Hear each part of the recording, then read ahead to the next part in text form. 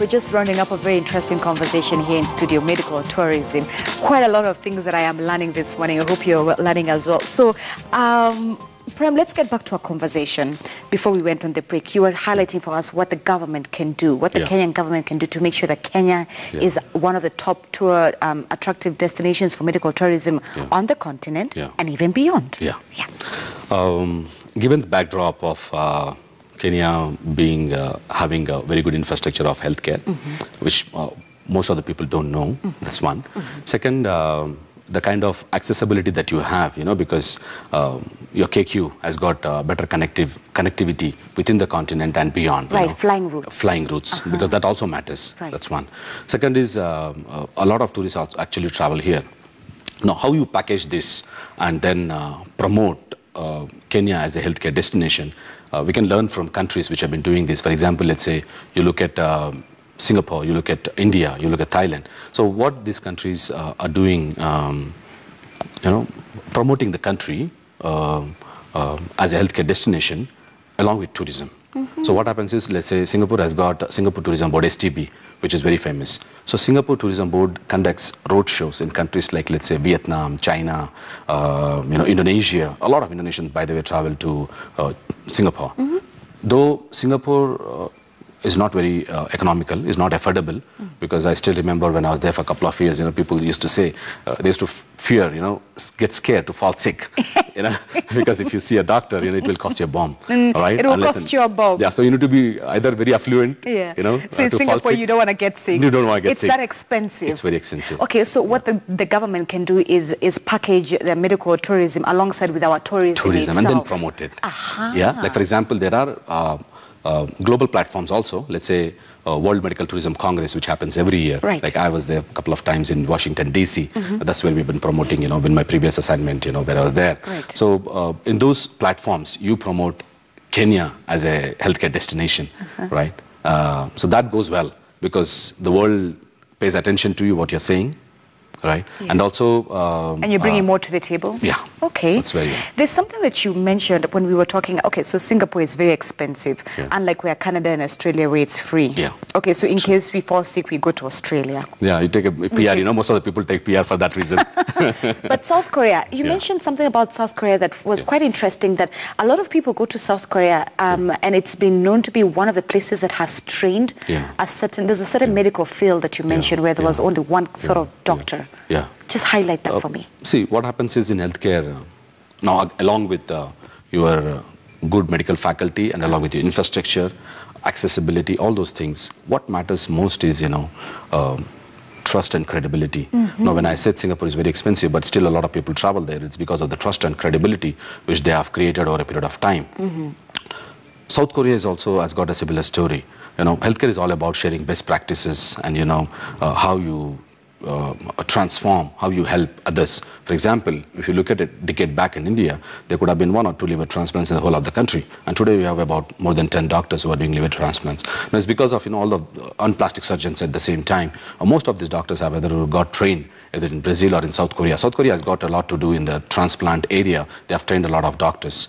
Right? So especially the countries in that region have better access, and at the same time they demand a lot of credibility among those nations. So that's about South Korea. Prem, I don't know why I'm shocked, and I watched a documentary that highlighted that a lot of South Korean ladies would actually go to the surgeons and tell them they want a nose like Angela Jolie's or want their lips like this. So actually, if you add 1 + 1, it's you're right. It sounds like it's something that is quite popular. All right, back to the $100 billion US dollar in value, market value that you mentioned. 6 billion goes to India. Right? US and UK? In that chart of pie, you know, as I was mentioning about Singapore, Thailand, South Korea. And Brazil. The biggest, and Brazil, of course, Costa Rica. But the biggest money would have been generated in countries like UK or US. Now, why this is because most of the affluent class, let's say from Middle East or from China, you know, even the developing countries, you know, they all fly to destinations like UK and US, and there the bill doesn't matter. the size of the bill, because average ticket size would be about, let's say, $8,000 to $10,000 for a common man who is traveling. Now, this common man would be traveling through Harambee, through some NGO sponsoring him with great difficulty. For us, those are the patients who matters. But the people who travel to US, flying in a business class and all, for them the bill size doesn't matter. So, though the numbers are less, for example, you take India. India is a number game, But the countries like UK or US, some king from from the Middle East, or some people who travel there. So for them the bill size will be very, very high. And for affluent class, it doesn't matter how much. That is so interesting. So in India, yes, they have majority of people, hence perhaps a big market value like 6 billion, which is not a very small number. But UK and US seem to stay at the top because the elite, the affluent go there. And to them, spending is a non-issue. Yeah. So as I was mentioning in the initial phase that you have both inbound, outbound. So when India has got an inbound medical travel, at the same time, there are still few people who also still travel to, either to UK or US to get the treatment done. And these are the people. For example, I'll give you an example to quote is, like, for example, in India, we do a liver transplant, let's say about $30,000. The same liver transplant would cost in Singapore or in US about $300,000. So you see the variation there, a $300,000 to a $30,000. That's about 3 million Kenyan shillings vis-a-vis something else in Singapore, which will cost you $300,000. $300,000 US dollars, yes. That's 30 million. Yes. 3 million, 30 million. Yeah. Wow. Yeah. So I'm giving you a comparison because to understand the bill size, Right. So that would bring in a lot of revenue for them, even though the number of patients treated are less. And you haven't factored what you termed as post-medical service. Yes. You haven't factored the traveling and perhaps where you're staying. You see. Wow. And that's where when we are saying, for people in Africa, Kenya being a healthcare destination is like you save on your overall package that you travel some other country, that you spend on your flight tickets and accommodation and all those things, and the additional stress that comes to, when you go to a foreign land. So the biggest advantage, what would be for Africans who would be traveling to Kenya, is that you have your own people, your same kind of food, and, a lot of people can travel because by road also people come here. And most of these countries are like 1-2 hours by flight. So more people can come and spend time with them and all those, All right, so Prem, perhaps you could also unpackage for me the role of the private sector in making sure that the healthcare system in Kenya is growing, the healthcare system looks more attractive when it comes to medical tourism, the role of the private sector. Yeah. As when I've mentioned, the government job or the role is to promote the country as a destination, at various platforms, and probably give some tax incentives to the hospitals, which are generating foreign revenues for the countries to bring in patients and to bring in dollars into the country. Right now Kenyans don't want to hear the word tax. So that's why I'm adding incentive along with that. Tax incentives. That's why I'm saying tax incentives, so that it encourages, for people to invest more in that, so that you bring in more revenues and more patients into the country. And if you also look at the healthcare scenario of medical tourism globally, it's predominantly the private players who have been driving this.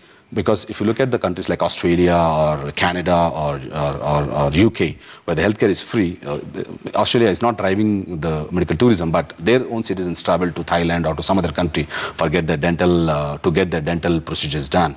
Now, coming back to the private healthcare's role, even in India or in Singapore. Singapore is again, more government dominated there. But in majority of the countries is the private players. Like, in India also there are 3-4 private players actually who have changed the landscape of the healthcare.